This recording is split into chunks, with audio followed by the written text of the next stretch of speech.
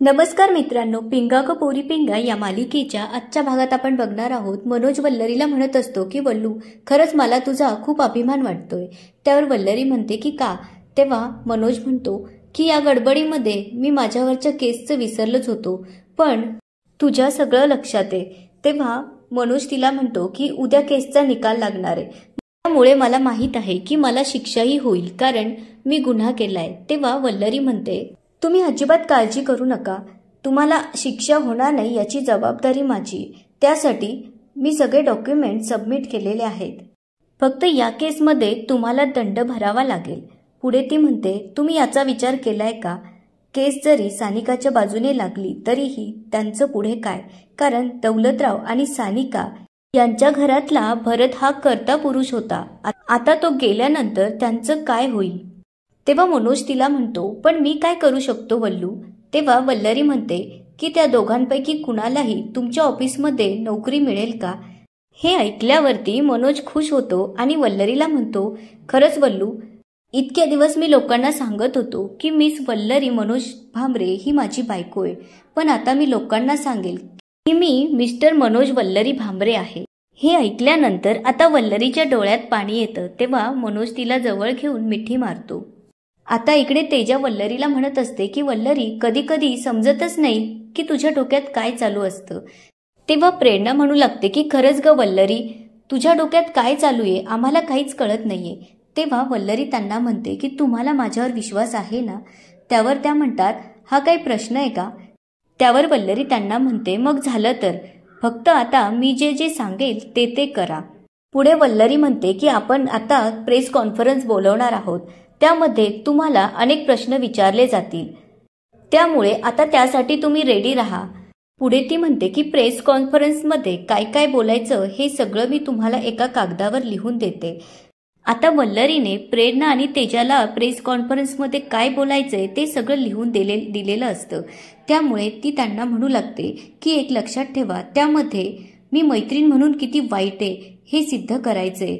त्यासाठी तुम्हाला मला शिव्याशाप द्यावे लागतील आणि तुम्हाला असं सुद्धा म्हणावं लागेल की माझं वाटोळं हो. हे ऐकल्यानंतर आता प्रेरणा तिला म्हणू लागते, अगं वल्लरी, हे कसं शक्य आहे? तेव्हा वल्लरी म्हणते की हे तुम्हाला करावंच लागेल.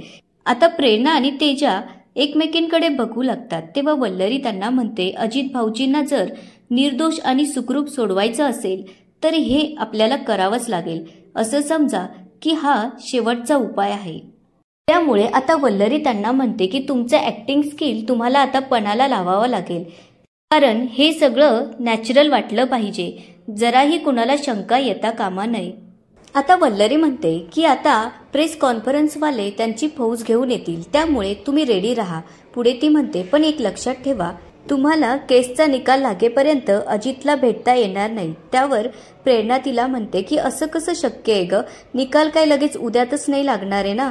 त्याला किती महिने किती वर्ष लागतील सांगता येत नाही, आणि तोवर मी कसं अजितला भेटू नको असं म्हणतेस तू? त्यावर वल्लरी म्हणते की तसं करावं लागणार आहे. तेव्हा प्रेरणा तिला म्हणते, पण प्रेस कॉन्फरन्सच्या आधी एकदा तरी मला अजितला भेटण्याची व्यवस्था कर प्लीज. त्यामुळे आता वल्लरीने प्रेरणाला अजितला भेटण्याची परवानगी मागितलेली असते. आता इकडे अजित लॉकअपमध्ये बसलेला असतो. तेव्हा प्रेरणा आणि तेजा तिथे येतात. प्रेरणाला बघून आता अजित खूप खुश होतो आणि तिच्याजवळ येऊन तिला विचारू लागतो की कशी आहेस? तेव्हा प्रेरणा म्हणते की मी बरी आहे. आता पोलीस कॉन्स्टेबल जेलचं लॉक खोलून प्रेरणाला आत सोडतो. प्रेरणा आत गेल्यानंतर ती अजितला म्हणते की मी तुझ्यासाठी माझ्या हाताने डबा बनवून आणलाय, खूप दिवसांनी तू माझ्या हातचं जेवण करशील, मला खूप बरं वाटेल. तेव्हा पोलीस कॉन्स्टेबल त्यांच्याकडे बघू लागतो. तेव्हा तेजा म्हणते, काय तुम्हाला भूक लागली आहे का? त्यावर तो म्हणतो नाही. तेव्हा प्रेरणा त्याला म्हणते की किती गोड कपल आहे ना, त्यांची खूप छान लव्ह स्टोरी आहे बरं का, आणखी एक लव्ह स्टोरी पण आहे माझ्याकडे, तुम्हाला ऐकायची आहे का? असं म्हणून ती त्याला नादी लावत तिथून घेऊन जाते. तेव्हा प्रेरणा आणि अजित हसू लागतात. तेव्हा प्रेरणा म्हणते, तेजा पण ना? आता प्रेरणा अजितला म्हणत असते की खूप दिवसांनंतर मी तुझ्यासाठी माझ्या हाताने काहीतरी बनवलंय. इतके दिवस त्या अण्णा केदारसाठी माझी इच्छा नसतानाही करावं लागलं. आता प्रेरणा अजितला खाली बसून तिच्या हाताने जेवण भरवू लागते. त्यामुळे आता प्रेरणाला खूप आनंद वाटू लागतो. पुढे ती अजितला म्हणते की अजित, मी एक डिसिजन घेतलाय। तेव्हा अजित तिला विचारतो की काय? तेव्हा ती म्हणते, या केसचा निकाल लागल्यानंतर आपण हे शहर सोडून कायमचं इथून निघून जाऊ। तेव्हा अजित तिला विचारतो की का? त्यावर प्रेरणा काहीच बोलत नसते। तेव्हा अजित तिला म्हणतो, आहे का तुझ्याकडे याचं उत्तर? पुढे तो म्हणतो की याचा अर्थ असा होतो की आपली चूक नसतानाही आपण इथून पळून जायचं, पण असं आपण का करायचं? उलट आपण एकमेकांच्या हातात हात धरून जगाला तोंड द्यायचं। आता थोड्याच वेळात इकडे प्रेस कॉन्फरन्स बोलवण्यात येते। तेव्हा मीडियावाले प्रेरणाला विचारू लागतात की हा अण्णा केदार कोण होता आणि त्याचा खून का करण्यात आला? तेव्हा प्रेरणाला वल्लरीचं बोलणं आठवू लागतं की वल्लरी म्हणत असते, अजित भाऊजींची जर यातून निर्दोष सुटका करायची असेल तर तुला माझ्यावर शंका करावी लागेल आणि जगासमोर मला वाईट ठरवावं लागेल। आता या गोष्टीचं प्रेरणावर खूप प्रेशर आलेलं असतं, पण प्रेरणा त्याच्याकडे बघते आणि तेजा तिला बोल असं खुणवते। तेव्हा प्रेरणा मनावर दगड ठेवून झालेली सगळी हकीकत सगळ्यांसमोर सांगू लागते।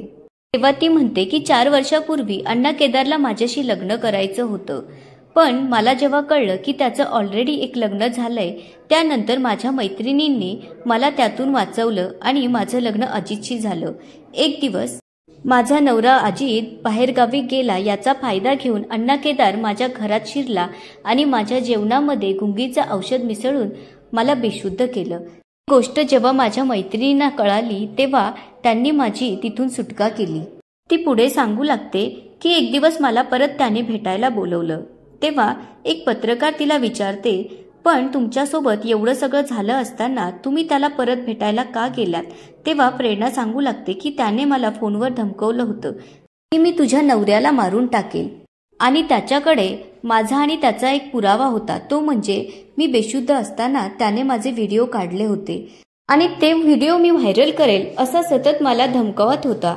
तेव्हा एक पत्रकार तिला विचारू लागते, पण मॅडम तुम्हाला जेव्हा किडनॅप केलं तेव्हा तर तुम्ही नाशिकमध्ये होतात। तेव्हा प्रेरणा सांगू लागते की नाही, त्याने मला आधी कल्याणला ठेवलं, त्यानंतर जेव्हा माझ्या मैत्रिणींना हे सगळं कळलं आणि त्या मला तिथे वाचवण्यासाठी आल्या तेव्हा त्याने लोकेशन बदलून मला नाशिकला नेलं। पुढे ती सांगू लागते की तिथं पण माझा नवरा अजित आणि माझ्या मैत्रिणी मला वाचवण्यासाठी आल्या आणि त्या मारामारीमध्ये अजितकडून त्याचा खून झाला। तेव्हा एक पत्रकार तिला विचारू लागतो की मॅडम, पण आम्ही काही वेगळंच ऐकलंय की हा खून तुमच्याकडून झालाय। तेव्हा प्रेरणा जरा ओरडत म्हणते की अशा बातम्या कोण पसरवतंय?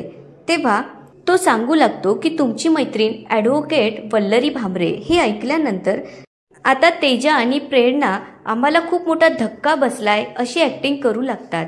तेव्हा प्रेरणा रडत म्हणते, बघितलंस ना तेजा, वल्लरीने आपला किती मोठा विश्वासघात केला ते। पुढे ती सांगू लागते की माझीच मैत्रीण वल्लरी माझ्या जीवावर उठलीये, सतत मला धमकीचे फोन करत म्हणत असते की तू तुझा गुन्हा कबूल कर। असं ती का करतीये हेच मला समजत नाहीये। आता प्रेरणा सगळ्यांसमोर हात जोडत विनवणी करू लागते की खरंच माझ्यावर विश्वास ठेवा, हा खून मी केलेला नाहीये, तर हा खून माझा नवरा अजितने केला आहे असं म्हणत आता ती रडू लागते।